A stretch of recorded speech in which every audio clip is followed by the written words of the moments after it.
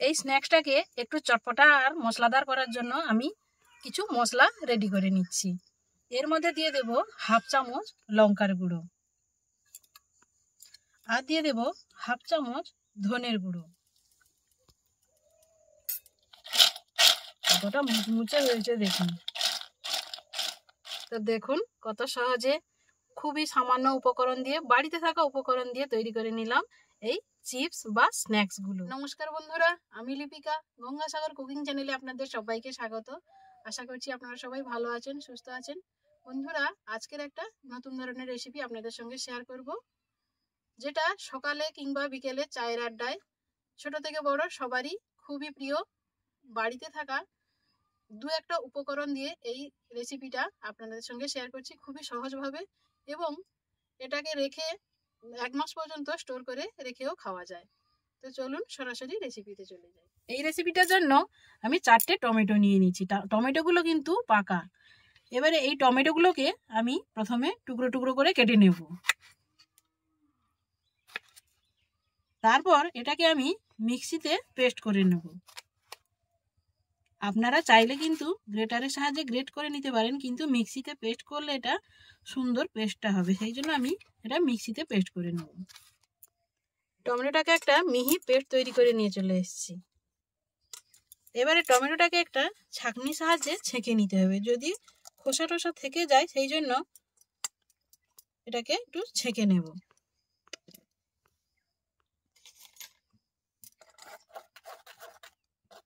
আমি এটাকে এইভাবে একটু ছেঁকে নিচ্ছি। এবারে এর টমেটোর পিউরিটা ঠিক এইরকমই হবে। এবারে এর মধ্যে আমি মিশিয়ে দেব আটা,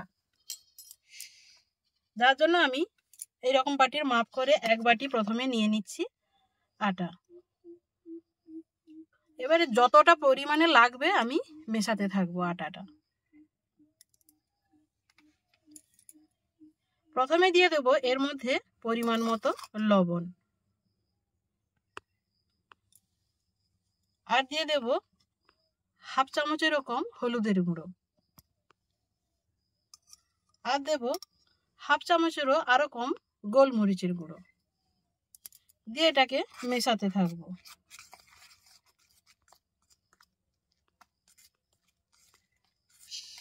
এখানে আপনারা চাইলে ময়দাটা দিতে পারেন, আটাটা দিয়ে আমি করছি।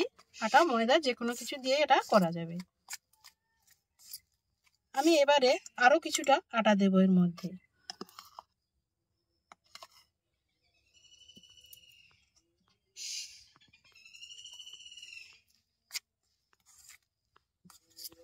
আমি এইভাবে একটা শক্ত ডো তৈরি করে নিচ্ছি।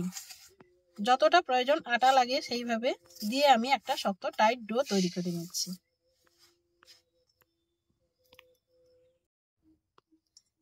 এরকম একটা শক্ত ডো তৈরি করে নিয়েছি।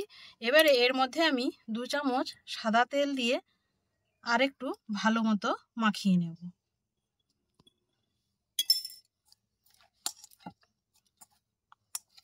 এটাকে দিয়ে খুব ভালো করে এটাকে মাখাবো। এটা মাখানো হয়ে গেলে আমি 5 মিনিটের জন্য এটা রেস্টে রেখে দেব।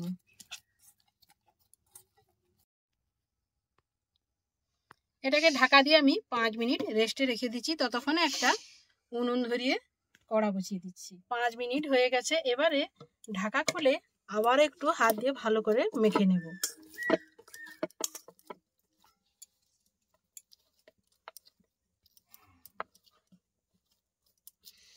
এবার এটাকে আমি 2টো লেচি কেটে নেব।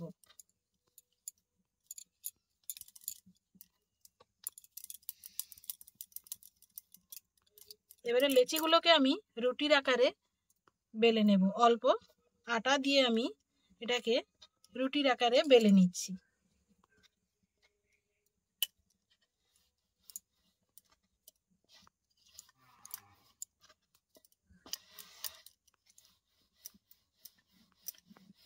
বড় সাইজের রুটি করে বেলে নিচ্ছি।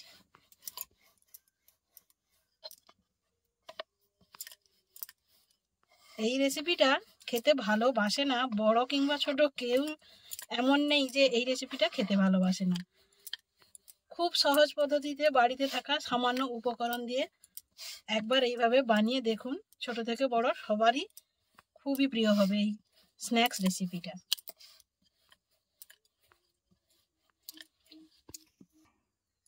এরকম একটা বড় রুটির আকারে বেলে নিয়েছি। এবার একটা কাঁটা চামচ নিয়েছি।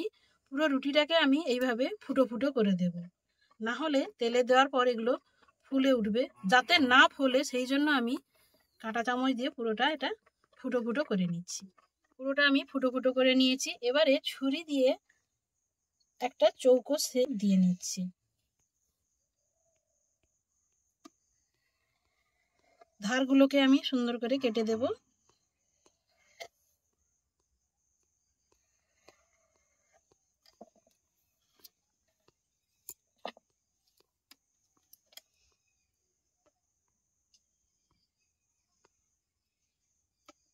এবারে এটাকে আমি সমান 3 ভাগে ভাগ করে নেব।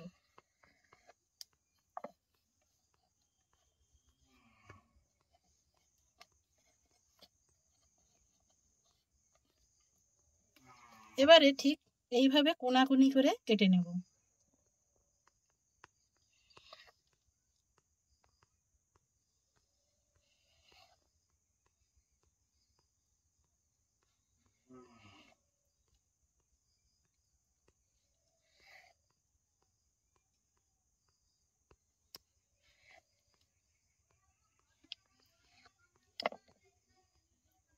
দেখুন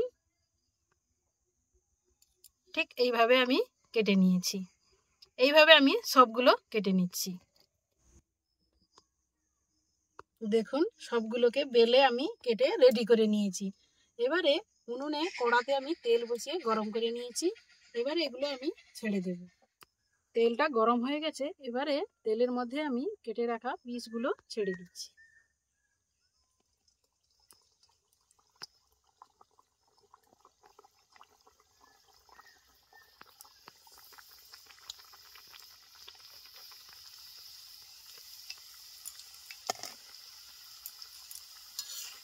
এগুলোকে উল্টে পাল্টে আমি একদম মুচমুচে করে ভেজে নেব।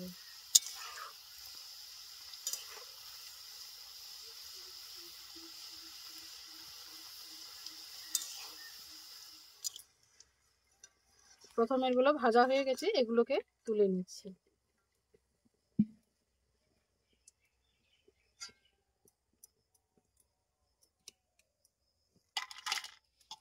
একইভাবে পরেরগুলো ভেজে নেব।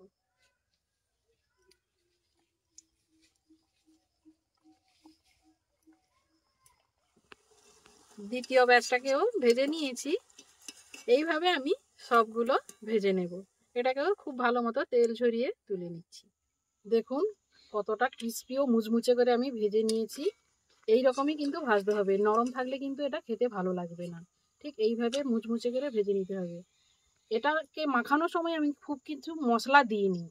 এরপরে একটা চটপটা করার জন্য আমি একটা মশলা রেডি করব। এগুলোকে আমি তুলে নিচ্ছি। এই স্ন্যাক্সটাকে একটু চটপটা আর মশলাদার করার জন্য আমি কিছু মশলা রেডি করে নিচ্ছি। এর মধ্যে দিয়ে দেব হাফ চামচ লঙ্কার গুঁড়ো, আর দিয়ে দেব হাফ চামচ ধনের গুঁড়ো,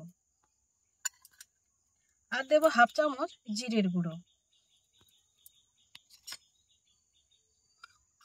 আর হাফ চামচ গোলমরিচের গুঁড়ো। আর আমি সাদা লবণটা দিয়ে দেব। যেহেতু আগে লবণ দেওয়া আছে, খুবই সামান্য পরিমাণে একটু লবণ দিয়ে দিচ্ছি। আর এর মধ্যে দেব বিট লবণ, আরও অল্প একটু।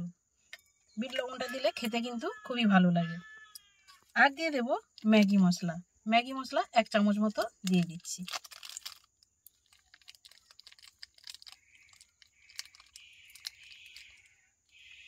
দিয়ে সমস্ত মশলা আমি একসঙ্গে মিশিয়ে নেব। এই মশলাটা দিলে খেতে একদম কিন্তু দোকানের মতোই লাগবে। সবশেষে দিয়ে দেব 1 চামচ চাট মশলা। দিয়ে এটাকে খুব ভালো মতো আমি মিশিয়ে নেব। এবারে ভেজে রাখা স্ন্যাক্সটার মধ্যে আমি অল্প অল্প মশলা দেব আর মিশিয়ে নেব।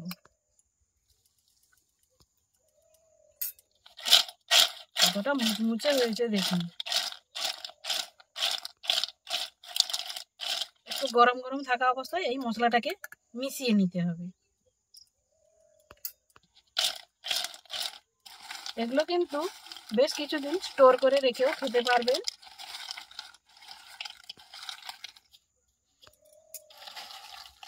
তো বন্ধুরা, এইরকম স্ন্যাক্স যদি বাড়িতে বানিয়ে সকাল বিকেলে চায়ের আড্ডায় কিংবা টাইম পাসের সময় এইরকম যদি করে খাওয়া যায়, খেতে কিন্তু খুবই দারুণ লাগবে।